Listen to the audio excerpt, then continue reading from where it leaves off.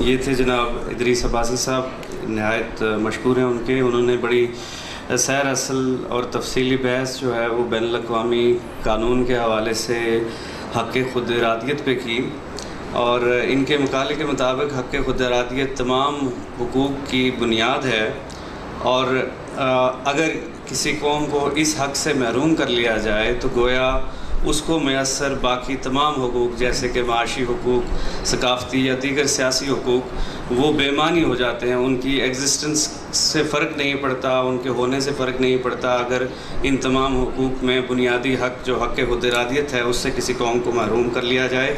और इनके नतीजे जो इन्होंने ड्रा किया उसमें एक ख़ूबसूरत बात जो कि बैनुल अक़वामी कानून की रूह से एक कानूनी ज़िम्मेदारी रियासत के हवाले से भारत के ऊपर जो है वो इम्पोज़ होती है, और इसी को इन्वोक किया जाए बैनुल अक़वामी दुनिया के सामने, और यही वो राह होगी कि जिसकी तरफ हम अगर यूनिटी के साथ प्रोसीड करेंगे तो हम किसी फ़ाइनल कंक्लूजन या रेजोल्यूशन की तरफ पहुंच सकते हैं। तो फिर एक बार शुक्रिया के साथ और next presenter is Mr.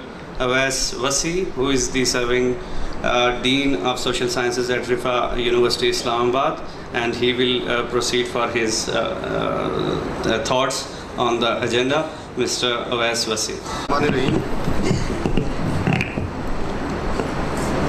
I would talk about, in my presentation, key imperatives on Kashmir. So I formally begin with the permission from the Honorable Speaker, respected panelist, worthy Vice Chancellor. My presentation would be divided into two parts. One is what caused the current wave of uprising, and the other one is the possible options for Pakistan. Agony and structure of violence. If you come across a recent book published by Confernce titled as The Structure of Violence, and some other recent writings produced on Kashmir, and recently, a news story ran by Al Jazeera that it is not Iraq or Syria which is the largest militarized zone on earth, but it is Kashmir. So if you keep in view this context, so you can understand the agony with which people of Kashmir are going through. So that also contributed to this, uprising. The third thing which I suppose became a reason is futility of Pak-India peace process and confidence building measures.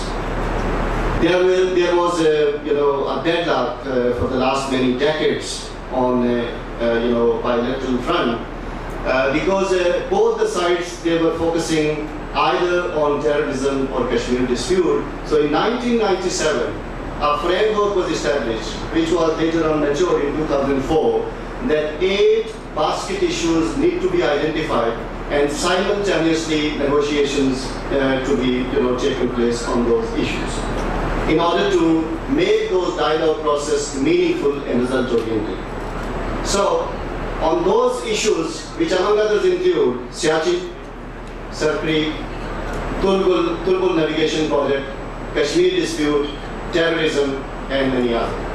But unfortunately, after so many years, we could not see any meaningful headway on that peace process.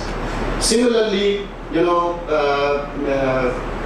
confidence building measures started in 2005 by the bus service, and then in 2008 through cross LOC trade.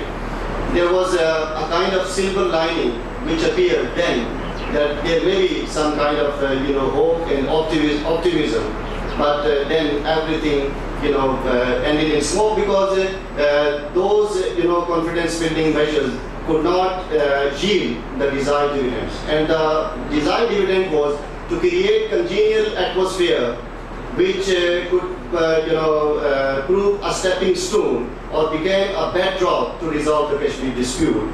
But later on, it was transpired that these all confidence building measures, perhaps unfortunately, they were meant for conflict management and not conflict resolution. So this despondency also, I think, contributed to the anger among the people of Kashmir. Then hanging of Afzal Guru on February 9, 2013. And that was, Arundhati Rai, author of God of Small Things, leading intellectual, Indian intellectual, who said that this is a stand on Indian democracy.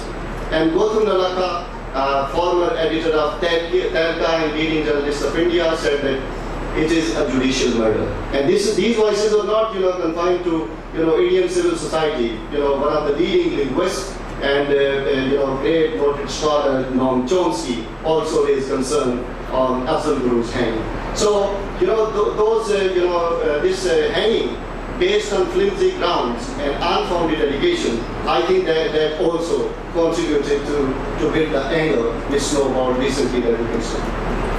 Another thing which is also very important is BJP's policy of integration and redesigning demography. BJP believes in the policy of integration and assimilation.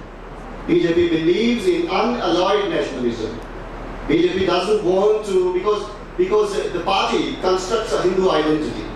And, I was reading a comment by Shashi Tharoor, former foreign minister, that he was of the view that in India, it is easier to be a cow than to be a Muslim.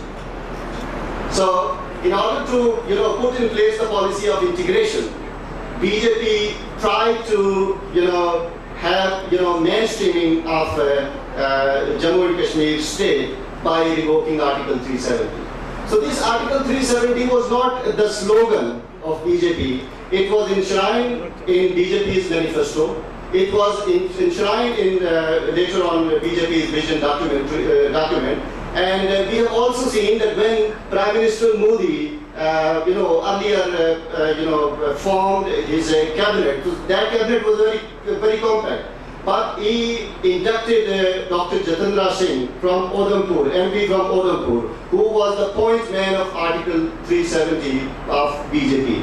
So that induction and persistent and concerted campaign to revoke Article 370 in order to assimilate that state in the mainstream Indian Union, I think that also caused the mass uprising.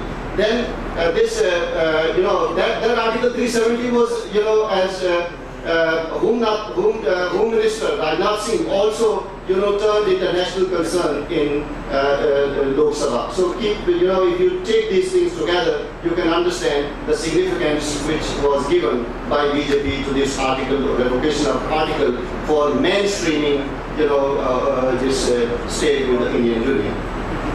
Composite township for Kashmiri Pandits, although it was mentioned earlier, but later on, the return of Kashmiri Pandit has become a very important and significant issue. And the same Home Minister Rajnath Singh said in Lok Sabha that late Chief Minister of Indian and Kashmir, Mufti Muhammad Saeed, assured Indian government to provide 50 acres of land. So that assurance means that PDP was ready to provide space and land for establishing composite township for Kashmiri Pandits. Because if you keep in view the BJP's rise in Kashmir politics, you can understand this aspect, because BJP's entrance in Kashmir politics has been gradual, as it has been, as you have noticed and witnessed its gradual presence in Indian political landscape. For example, that in 2002 elections, BJP managed to get only one seat. In 2008 state assembly elections, BJP managed to get 11 seats. And in 2014, BJP got 25 seats out of 87 and 25 all from Jammu region out of 27 seats. So now in Delhi, BJP wants to establish electoral base and strategic pocket, and for that, this issue of Kashmiri Pandits or return of Kashmiri Pandits and establishment of township was extremely important, strategically important for BJP. And then this was not confined to the return of Kashmiri Pandits, because the Kashmiri pro-freedom leadership have always welcomed the Kashmiri Pandits with open arms and open hearts, but they go against establishing these colonies. So land allocation for former military personnel. 44 acres of land had been identified, and the formal approval had been sought by the late Chief Minister Mufti Mohammed Saeed. This is I'm not saying. B.R. Sharma, who is currently Chief Secretary of Indian and Kashmir, if you can Google, you can find that statement. The 44 acres of land had been identified to establish and to form scenic colonies in the world.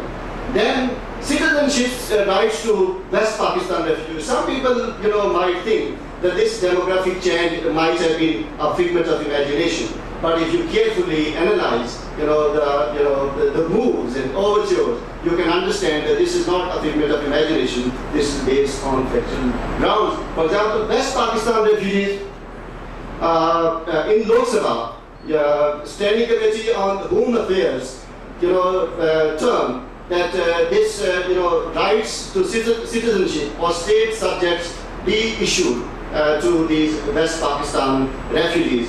If these state subjects had been given to West Pakistan refugees, then in future people who have been brought from Bihar, from Kerala, from Punjab, from Gujarat, so they would have taken the same state subject. So then it would be very difficult for to stop or abort the attempt of demographic composition. So that was a very concerted and careful move made by that government. And then this was not the only this was not the only citizenship rights in the Lok Sabha, but 5 seats for West Pakistan refugees. BJP also promised to do that, and then for Kashmiri Pandits, 3 seats have been not reserved but promised to reserve. Now, keeping this backdrop in view, now I think that the second part of the presentation, I have particularly taken a special permission from the Dr. Muhammad Khan to talk about the key imperatives. So, what we need to do? The first thing that we need to do is the strategically packaged narrative on Kashmir to be built. At present, our narrative discourse is largely based on political, journalistic, or diplomatic activism. We need to build upon legal grounds, intellectual grounds, because diplomacy without legal grounds, without intellectual basis and plausible grounds, will achieve nothing. So we need to strategically package the whole narrative on Kashmir if you really want to achieve something meaningful. Then highlight the legal and humanitarian dimension. My previous panelists have extensively deliberated on this aspect of international law, but I think that this point that is missing, and I was sitting in a round table, and one of the noted legal expert, Professor Ahmed Bilal Sufi, also suggested that we need to highlight the humanitarian. This is not only the issue of human rights violations, this is the issue of international humanitarian law. So our state institutions, our intellectuals, they need to focus on humanitarian dimension of this issue, and not only the human rights violation. I think this thing is still missing in our state as well as non-state discourse, which needs to be highlighted. The referendum relevance on Kashmir, I think this argument of referendum, unfortunately, in the past some years, it has it seems to have lost its shine. Reason is quite understandable. The issue has dragged over 7 decades, and then Indian psyops also worse. Pakistan vulnerabilities, domestic imperatives, domestic vulnerabilities are also understandable. So I think that shine that we have to some extent have lost needs to be restored, needs to be revived, because there are some voices of referendum from within India and across the globe. I substantiate some examples here. For example, that one of the Congress MP said in Lok Sabha, I quote, "In Kashmir today there is a need for Rai-Shumari," although he later on retracted, but that statement needs to be seen in the Freudian slip of tongue. Secondly, one of the leading journalists of India, Wilson V., former editor of Hindustan Times, said, I quote, "I reckon we should hold a referendum in the valley." let the Kashmiris determine their own destiny. If they want to stay in India, they are welcome. But if they stay, but if they don't, then we have no moral right to force them to remain. In 2008, in the wake of Amarnath agitation, he spoke. So, within India, so you can see here that these are the voices which were coming. And another important thing that we need to focus is that recently BBC has run a story that referendums are on the rise. In Turkey, you have seen recently there was a referendum. In Italy, there was recently a referendum. In New Zealand, there was a referendum. In Colombia, there was a referendum. Brexit, took place, referendum. Scotland took place, referendum. And in 2015, South Sudan, referendum. In 1999, East Timor, referendum. So referendum is more relevant in the current global world politics. We need to, revive that shine, which unfortunately is missing in our discourse. Then develop a unified narrative. Earlier, in the first session, this issue has been, discussed threadbare. And I call, this fragmentation, and that fragmentation among the state institutions and among the masses, that needs to be, it needs to be addressed. For example, which I call A, B, and C. A for army, B for bureaucracy, and C for civilian regime. Until and unless there is a minimum bottom line, I don't think that we can, meaningfully contribute. So that A, B, C should close their ranks, and then come up with a unified narrative to, make some meaningful contribution on the issue of Kashmir. Domestic imperatives and Kashmir struggle. It is also understandable, and students of foreign policy, they know that foreign policy is an extension of domestic policy. And Pakistan's case in this context is not an exception. But we have observed that in the past many years, these domestic imperatives blurred blurred the line and length of Pakistan's position on Kashmir. So we need to understand, and our policy makers, that domestic imperative need not make the line hazy between the acts of terrorism and freedom struggle. Differentiate between Balochistan problem from K issue. Experts, legal experts, professors of international law, they are sitting here, they can educate that, in this issue needs to be dealing, because the issue of Balochistan is an issue of a sovereign state, and, self-secession from a sovereign state is not acceptable according to the norms of international law. So that the case of Kashmir is quite different. Proactive role of Kashmir Committee, there is 24 members of Kashmir Committee at present and 44 million annual budget, but the performance is absolutely poor. So that Kashmir Committee should not be used for political pride. It should be used for to create, to have some plausible advocacy, generate literature on that. English chairs on Kashmir, they should also be established, and generate and proliferate informed literature on Kashmir. Remember one thing, that although these are the negative examples, but we can learn. For example, the discourse in power. When colonialism took place, a discourse was created. Edward Said deconstructed it. And that discourse was the white man's burden to educate the people who are living in India, people who are living in Africa. Discourse gave the power to the colonizers. Same is the case with the discourse of Islamophobia in Europe. What is this? This is basically a discourse that has been created. I'm not talking about, this is not my subject at the moment, but my point of telling is that, earlier President Sabah also mentioned that there is a paucity of literature. On AJ and Gay, there is not a credible book, but only one book written by Christopher Sheridan from Australia. We need to search so. Similarly, on Pakistani perspective, how many books that we have produced? There is only one book that I came across, Mass Resistance in Kashmir, written by Dr. Tahir Amin. So we need to generate literature so that our perspective will be available on for the international audience. Azad Kashmir as a model region.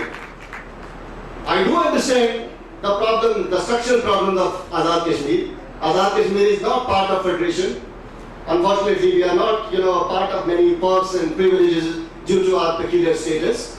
But I think that should not give the justification for the things which are taking place. I don't think that everything is bad, but I think there is wide room open for improvement, and we should set a good precedent to develop AJK, because it would expand our pro-Pakistan constituency in Union Kashmir. So Speaker Assembly is sitting here, so I would like to request them to particularly focus on that issue so that we have good example which will be projected there. And broaden the sport based on the Indian intelligence and the masses.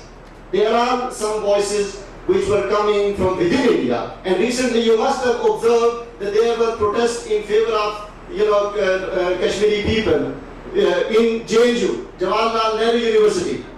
So I think that this sport is being widened and expanded.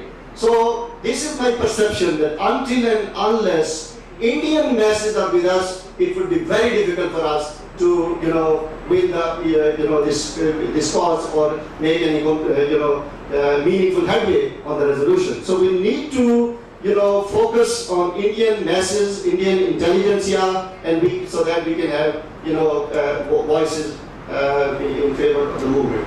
Keep the movement indigenous. Our movement, freedom movement, is vulnerable to domestic dynamics and what are taking place on on international front.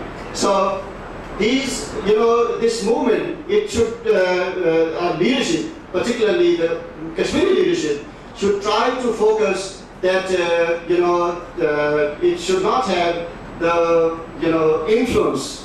Particularly, I'm thinly referring to Middle East.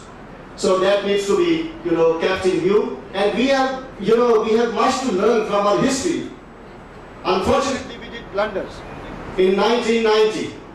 We have enough to learn from history.